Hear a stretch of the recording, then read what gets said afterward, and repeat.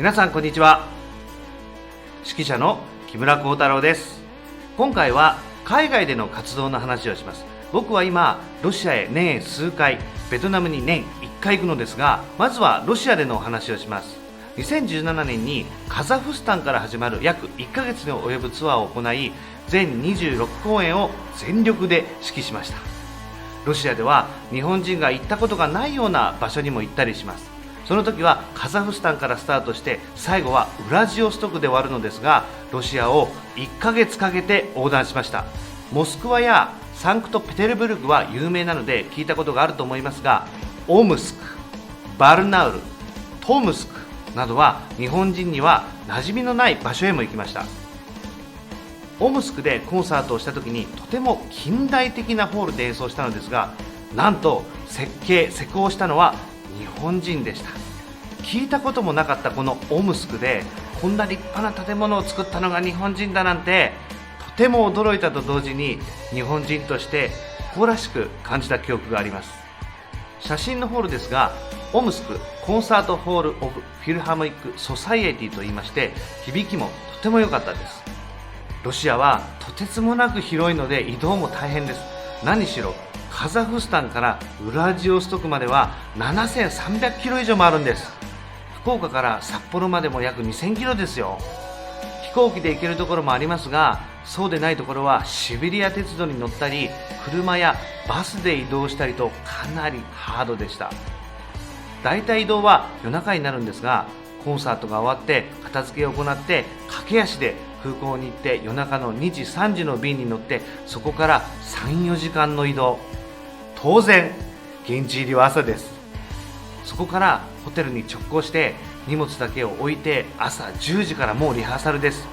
その日の14時にはもう本番という殺人的なスケジュールでした。シベリア鉄道では別の意味でハードな体験をしました。ロシアは広いので実際は時差があるのですが、シベリア鉄道の時刻表は全てモスクワ時間で表示されるのです。これってどういうことか分かりますか？例えばモスクワからウラジオストクは一度で移動すると、なんと7日間もかかります。時差は7時間。それにもかかわらずウラジオストクの時刻表にはモスクワ時間の時刻が表示されているんです。やばくないですか？間違えますよね。そして僕は見事に乗車する時間を間違えてしまいました。いや、その時は本当に生きた心地がしませんでした。結局別の列車に乗ることができて、なんとか大惨事にはならずに済んだんですけど、でもそのシベリア鉄道に乗ったら乗ったで12時間から13時間乗りっぱなしという地獄が待っていました。なんか写真は楽しそうに写っていますが、僕が乗ったシベリア鉄道の客室は2段ベッドが2つある4人部屋なのですが、とにかく暑い、ベッドの幅が狭い、トイレが臭い、入り口のドアは鍵が閉まりますが、暑くて開けようとしても治安的に、怖いので開けれません。窓の外を見てもずーっと同じような景色が延々と続きます。ただただ電車から降りる時が来るのを待つのみでした。そしてロシアはとにかく寒いです。シベリアに行くと冬場だとマイナスなんと40度ですよ。靴もまず普通の靴では歩けないので、雪山に登るような靴を買って履き直します。コートも雪山で着るようなものをさらに着ているものの上から着ます。コートの上からさらにコートとズボンを履きます。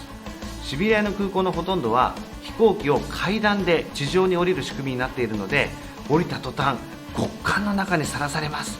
飛行機の中はもうとにかく暑いので、飛行機から降りたすぐは寒さが心地いいですが、それもつかの間すぐにまつげ、鼻毛が凍ります。逆にターミナルビルの中に入るとサウナかよっていうくらい暑いんです。体がついていかんやろってくらいのギャップで、どっと体が重く感じて疲れてしまいます。南極と常夏の島を瞬間で移動しているような温度変化です。でもそんな中、とても印象に残っているのがダイヤモンドダストです。福岡出身の僕には全く縁がなかったダイヤモンドダスト。日本でも極寒の地でいくつもの気象条件が揃えば見ることもできますが、日光に反射してキラキラ輝く氷の粒はとても幻想的で美しく芸術的でした。